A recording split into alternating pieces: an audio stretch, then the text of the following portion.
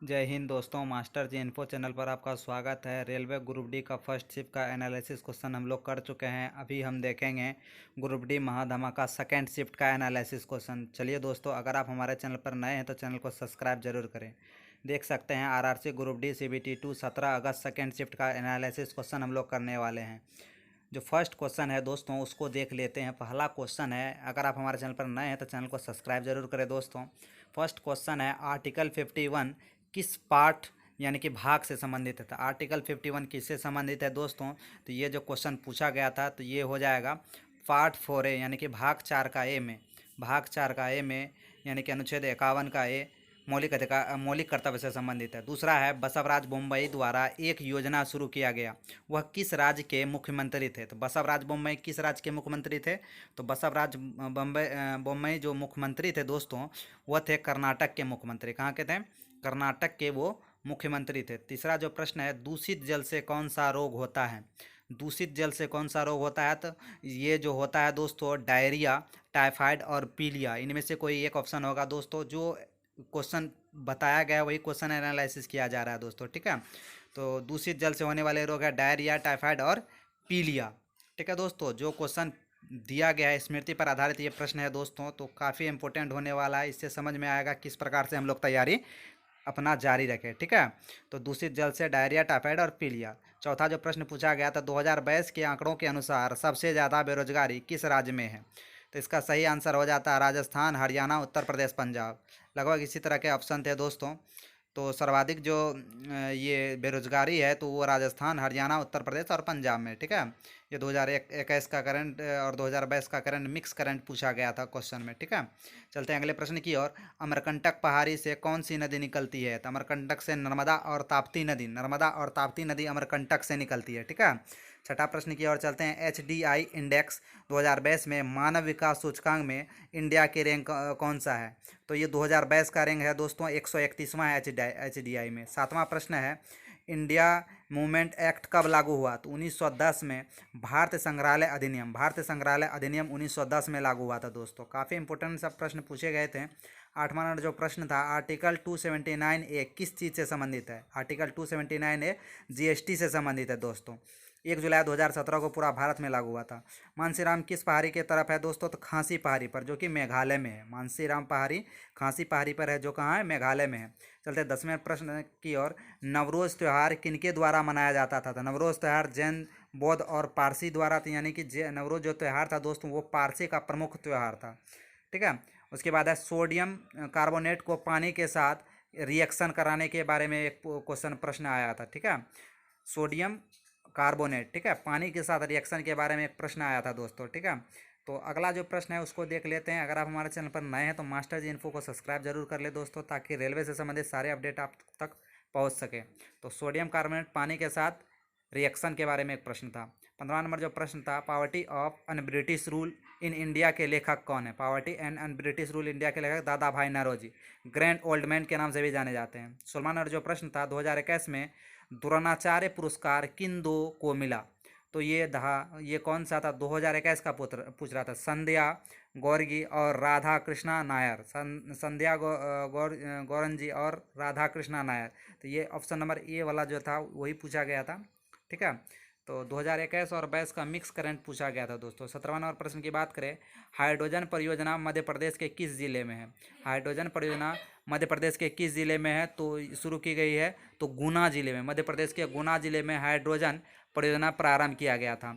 बात करें 18वें नंबर प्रश्न की, तो बालावस्था में लैंगिक परिवर्तन के बारे में कौन सा कथन सही है? तो बालावस्था में लैंगिक परिवर्तन के बारे में कौन सा सही है? तो इसका जो आंसर है दोस्तों आप कमेंट करके ज़रूर हमको बताएं कि इसका क्या सही आंसर होना चाहिए दोस्तों। तो कुछ डिफ़िकल्ट भी प्रश्न पूछे गए थे जो फर्स्ट शिफ्ट से काफ़ी अलग थे दोस्तों। ये सेकंड शिफ्ट के प्रश्न हैं। जीके और करंट की बात करें तो वो मॉडरेट पूछे गए थे। और उसके बाद चलते हैं 19वें नंबर प्रश्न की ओर। चैनल पर नए हैं तो मास्टर जी इन्फो को सब्सक्राइब कर लें। उसके बाद है, फ्लेमिंग के बाएं हाथ का नियम में अंगूठा और उंगली क्या दर्शाता है? अंगूठा और उंगली तो देख सकते हैं चित्र द्वारा बनाया गया, तो अंगूठा फोर्स यानी कि बल दर्शाता है। दूसरा जिसे तर्जनी कहते हैं दोस्तों, ये मैग्नेटिक फील्ड यानी कि चुंबकीय क्षेत्र दर्शाता है। तीसरा जो था दोस्तों वो विद्युत धारा यानी कि करंट दर्शाता है। तीसरा विद्युत धारा करंट दर्शाता है। पहला क्या फोर्स दर्शाता है, दूसरा क्या चुंबकीय क्षेत्र दर्शाता है, और तीसरा क्या विद्युत धारा यानी कि करंट दर्शाता है दोस्तों। तो फ्लेमिंग के बाएं हाथ का नियम भी पूछा गया था। ठीक है, ये सब काफ़ी इंपॉर्टेंट प्रश्न हो सकते हैं, हो जाते हैं दोस्त, क्योंकि ये बार बार दोहराए जाने वाले प्रश्न थे। तो ग्रुप डी वालों ने ये भी प्रश्न पूछ डाले। 20वें नंबर प्रश्न की ओर चलते हैं। संघाई हिरन कहाँ पाया जाता है? तो संघाई हिरन जो पाया जाता है वो मणिपुर में पाया जाता है। संघाई हिरन कहाँ पाया जाता है? मणिपुर में। 21वें नंबर प्रश्न की बात करें, सेल मेम्ब्रेन से एक प्रश्न पूछा गया था। ठीक है, सेल मेम्ब्रेन से एक प्रश्न पूछा गया था। उसके बाद एक अवतल लेंस दिखाया गया था, उस पर पोल और फोकस के बीच की दूरी क्या होगी ये पूछा जा रहा था। पोल में अवतल लेंस में पोल और फोकस के बीच की दूरी क्या होगी, ये एक प्रश्न था दोस्तों। ठीक है, और ये काफ़ी इजी टू मॉडरेट भी प्रश्न कह सकते हैं। ठीक है, जो पोल और फोकस के बीच की दूरी पूछ रहा था अवतल दर्पण से। फर्स्ट शिफ्ट में भी दर्पण से क्वेश्चन था दोस्तों, ये आपको निकालना था। बराबर r/2 होता है, तो इस तरह से आप निकाल सकते थे। ठीक है, चलते हैं अगले प्रश्न की ओर। वीडियो अच्छा लगे तो मास्टर जी इन्फो को सब्सक्राइब जरूर करें। 23वें नंबर प्रश्न की बात करें तो ये 23वां नंबर जो प्रश्न था दोस्तों, ये अवतल लेंस से ही था। ठीक है, अवतल लेंस ही शायद फिगर बनाने में कोई दिक्कत हुई होगी, दूसरे से मैंने फिगर बनवाया, क्वेश्चन लिखवाया था दोस्तों, तो इसीलिए थोड़ा इधर उधर हो सकता है। ठीक है, F = r/2 करके हम लोग निकाल सकते हैं उसको, अवतल लेंस के जो अगर होगा तो थोड़ा ये जो डाटा का है, डाटा इधर उधर हो सकता है, लेकिन उसी तरह का प्रश्न था। उसके बाद बात करें, सेंटर ऑफ ग्रेविटी से एक प्रश्न था। हाजी अली की दरगाह कहाँ स्थित है? तो मुंबई महाराष्ट्र में। ये भी एक प्रश्न पूछा गया था। इनमें से कौन गलत है? केरल, कन्नड़, मेघालय, खांसी और आंध्र प्रदेश तेलुगु, जो कि आंध्र प्रदेश तेलुगु गलत था दोस्तों। केरल कन्नड़ सही है, मेघालय खांसी सही है, आंध्र प्रदेश तेलुगु ये गलत था दोस्तों। लीवर यानी कि यकृत से होने वाले प्रोसेस को क्रम से सजाएं। तो लीवर यानी कि यकृत से होने वाले प्रोसेस यानी कि अवशोषण होता था, निष्कासन होता था, पुनर्अवशोषण होता था। अवशोषण होता था, निष्कासन और पुनर्अवशोषण। 27वें नंबर प्रश्न की बात करें दोस्तों, बुझा हुआ चूना में ऑक्सीजन मिलाने पर क्या बनेगा? बुझा हुआ चूना में ऑक्सीजन मिलाने पर क्या बनेगा? ये केमिकल रिएक्शन भी पूछा गया था, जो कि काफ़ी हार्डनेस वाला सवाल होता है दोस्तों। जिन्होंने ये पढ़ा था वो तो आसानी से इसका जवाब दे देंगे। CO H2 + O2 = CaO calcium oxide. COH2 + CO2 यानी कार्बन डाइऑक्साइड को जोड़ने पर CaCO3 बनता है, calcium carbonate. Calcium carbonate CaCO3। ठीक है, तो इस तरह से ऑक्सीजन के मिलाने का रिएक्शन पूछा गया था। पिंक प्रोटेक्शन प्रोजेक्ट किस राज्य में शुरू किया गया था? केरल में। पिंक प्रोटेक्शन प्रोजेक्ट 2022 का ही करंट है दोस्तों। जनवरी से लगभग अगस्त तक का करंट भी इसमें इंक्लूड हुआ है। पौधे गैस कैसे एक्सचेंज करते हैं? पौधे गैस कैसे एक्सचेंज करते हैं ये आपको कमेंट बॉक्स में कमेंट करके बताना है दोस्तों। ये सभी प्रश्न पूछे गए थे। ठीक है, काफ़ी इजी टू मॉडरेट ही प्रश्न थे। आप एक लेवल से ही तैयारी कीजिएगा, देख लीजिए कि इस तरह के प्रश्न पूछे जा रहे हैं।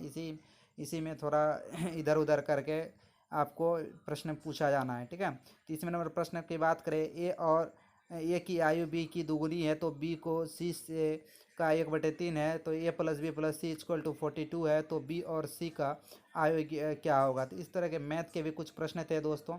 15 मार्च 2022 को दिन दिया गया था, तो 15 मार्च 2020 को कौन सा दिन था? तो इस तरह के भी प्रश्न पूछे गए। कैलेंडर से भी 1 से 2 प्रश्न जो है दोस्तों वो पूछे गए हैं। अब मैथ से भी जो है कैलकुलेटिव का काफ़ी ज़्यादा प्रश्न नहीं था, 5 से 6 प्रश्न कैलकुलेटिव था। ठीक है, कैलेंडर से 1 से 2 प्रश्न पूछे गए थे। मैथ की बात करें तो नंबर सिस्टम से 2 क्वेश्चन पूछे गए थे दोस्तों।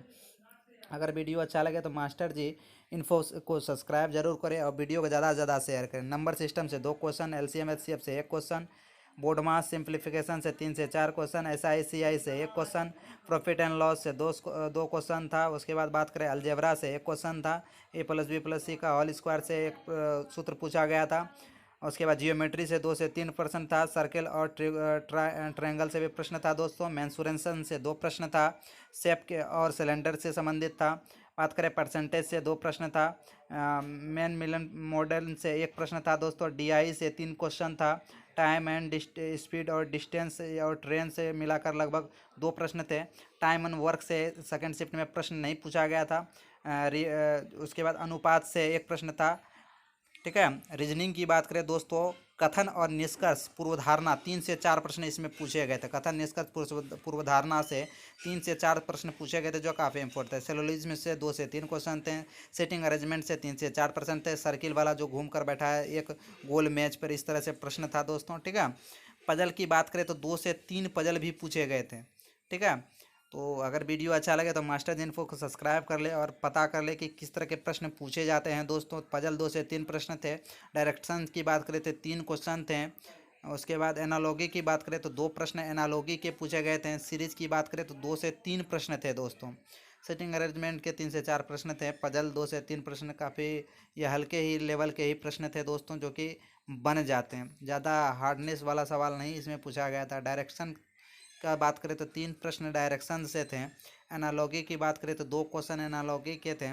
सीरीज की बात करें तो 2 से 3 प्रश्न थे दोस्तों। ठीक है, उसके बाद बात करें कोडिंग डिकोडिंग की, डायरेक्शन 3 प्रश्न, एनालॉगी 2 प्रश्न, सीरीज 2 से 3 प्रश्न थे। कोडिंग डिकोडिंग से 3 से 4 प्रश्न थे। सिलेंडर से 1 प्रश्न थे दोस्तों। कैलेंडर से क्लॉक का इस बार सवाल नहीं पूछा गया था सेकेंड शिफ्ट में। ठीक है, इनक्वलिटी से 1 से 2 प्रश्न पूछे गए थे। मैथमेटिकल एंड ऑपरेशन से 2 प्रश्न पूछे गए। ब्लड रिलेशन से प्रश्न नहीं पूछे गए थे। ठीक है, तो इसी तरह के जो है रीजनिंग के प्रश्न आए थे दोस्तों। और मैथ के भी कुछ मॉडरेट सवाल ही पूछे गए थे। रीजनिंग के कुछ हार्डनेस सवाल थे।